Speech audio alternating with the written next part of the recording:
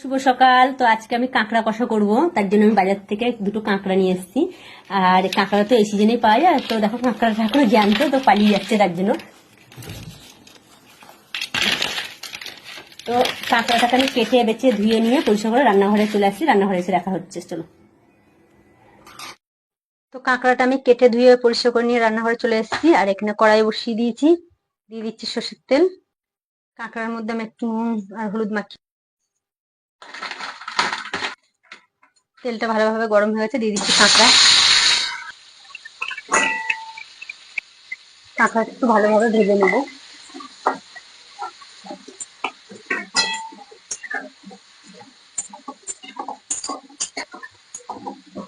কাঁকড়াটা ভালো করে ভাজা হয়ে গেছে, এবার আমি তুলে নেবো। তো কাঁকড়াগুলো ভেজে তুলে নিয়েছি। আমি আবারও কড়াইতে তেল দিয়ে দিচ্ছি। তেল গরম হয়ে গেছে, এবার আলুগুলো ভেজে নেব।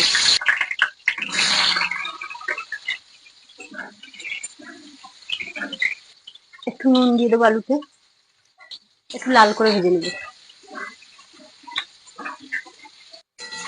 আলুটা বেশ লাল হয়ে গেছে, এবার তুলে নিচ্ছি।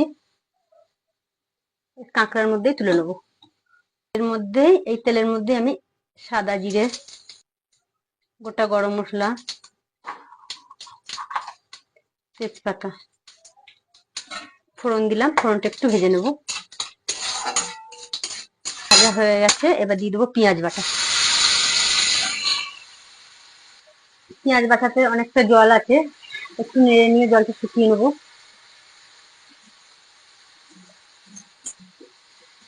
পেঁয়াজটা নাড়তে নাড়তে খানিকটা জল কমে এসছে। এবার আমি এখানে দেবো টমেটো, স্বাদ মতো নুন, হলুদ 1 চামচ, লঙ্কার গুঁড়ো 1/2 চামচ, 1 চামচ জিরের গুঁড়ো। খুব ভালো করে মশলাটাকে কষিয়ে নেবো। একটু জল দিয়ে কষাই, তাহলে মশলাটাকে পুড়ে যাবে।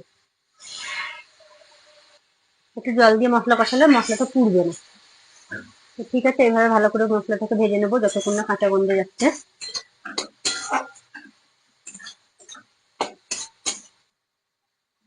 একটু মশলাটাকে নেড়ে নিয়েছি। এখন দেবো 1 চামচ আদা রসুন বাটা। একটু পরেই দিলাম এমনিটাকে, এটা আমি একটু অন্য টাইপের করে রান্না করছি। এবার খুব ভালো করে ভেজে নেবো।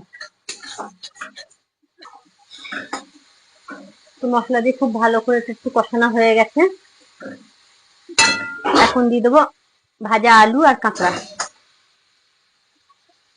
আমি এখানে অল্প একটুখানি জল দিয়ে দিচ্ছি। মশলাটা খুব ভালো করে কষাবো তো কাঁকড়ার সঙ্গে, সেই জন্য পুড়ে না যায়। এবার খুব ভালো করে আলুর সঙ্গে, মশলার সঙ্গে, কাঁকড়ার সঙ্গে খুব ভালো করে এটাকে কষাবো। এটা ভালো করে নেড়ে নেড়ে নেড়ে নেড়ে কষাতে হবে, পুড়ে না যায়। গন্ধটা কিন্তু সেই বেরিয়েছে বন্ধুরা, তোমরা তো আর ক্যামেরা ওপার থেকে শুনতে পাচ্ছ না। গন্ধটা দারুণ বেরিয়েছে। আর কালারটাও কিন্তু এসছে ঝাঁকা নাকা। কাঁকড়া পাই না, পেয়েছি, নিয়ে এলাম। আমি খাই না যদিও বেশি এটা, সেই 2 বছর আগে একবার খেয়েছি, আর এই এখন একবার খাবো, অল্প করে খাবো। যাক যাক, খুব ভালো করে এটাকে কষিয়ে নেবো। তো বন্ধুরা, এই হচ্ছে কাঁকড়া কষা। কষানোটা মোটামুটি হয়ে এসছে, তেল দেখো ছেড়ে এসছে। আর একটু কষাবো। আর কালারটা কিন্তু দুর্দান্ত এসছে, আর গন্ধটা কিন্তু সেই বেরিয়েছে। খেতেও কিন্তু আজটাই ঝাঁকা নাকা লাগবে। তো কে কে খাওনি এরকম ভাবে আলু দিয়ে কাঁকড়া কষা? পেলে প্লিজ একবার রান্না করে খাবে, মানে যারা খাও আর কি। আমাদের মুসলিমে কাঁকড়া খেতে নেই, তবে কাঁকড়া খাওয়াটা হারামও নয়, আবার হালালও নয়। হ্যাঁ, তো চাইলে কেউ খেতেই পারো, তবে না খেলেও অপরাধ নেই, আবার খেলেও অপরাধ নেই, এই হচ্ছে কথা। তো আমার ইচ্ছে হয়েছে, আমি একটু নিয়ে এসে খাচ্ছি, আর তোমাদের সঙ্গে শেয়ার করলাম ভিডিওটা। তা যাক, কথা বলতে বলতে আমার কাঁকড়াটা কষানো হয়ে গেছে। এবার আমি জল দিয়ে দেবো। কষানো হয়ে গেছে, এবার আমি দিয়ে দিচ্ছি পরিমাণ মতন জল।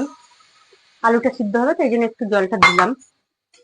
আলুটা সিদ্ধ হয়ে গেলে ঝোলটা শুকিয়ে যাবে। তো জল দিয়ে দিলাম, মিক্স করে দিলাম ভালো করে। এবার আমি ঢাকা দিয়ে দিচ্ছি ফুটে আসা পর্যন্ত। তো 10 মিনিট হয়ে গেছে, এবার ঢাকনাটা খুলে নেব। খুব সুন্দর করে ফুটছে, আর এই যে সাইড থেকে তেল ছেড়েছে, এই সাইড থেকে অনেকটা করে তেল ছেড়েছে। খুব ভালো করে নেড়ে নেবো। দেখি আলুটা সিদ্ধ হয়েছে নাকি। আলুটা সিদ্ধ হয়ে গেছে আর খুব সুন্দর গন্ধ বেরিয়েছে। এখন দিয়ে দেবো একটু গরম মশলার গুঁড়ো। খুব ভালো করে নেড়ে নেবো। তো গরম মশলা দেওয়ার পর আমি বেশি নাড়বো না, হয়ে গেছে, এবার নামিয়ে দেবো।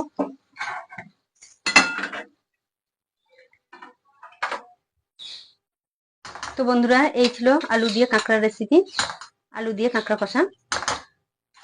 তো কাঁকড়া কষাটা কেমন লাগলো তোমাদের দেখতে কমেন্ট করে জানাতে ভুলো না, আর ভালো লাগলে লাইক শেয়ার দিয়ে পাশে থাকবে। দেখা হচ্ছে পরে একটু ভিডিও।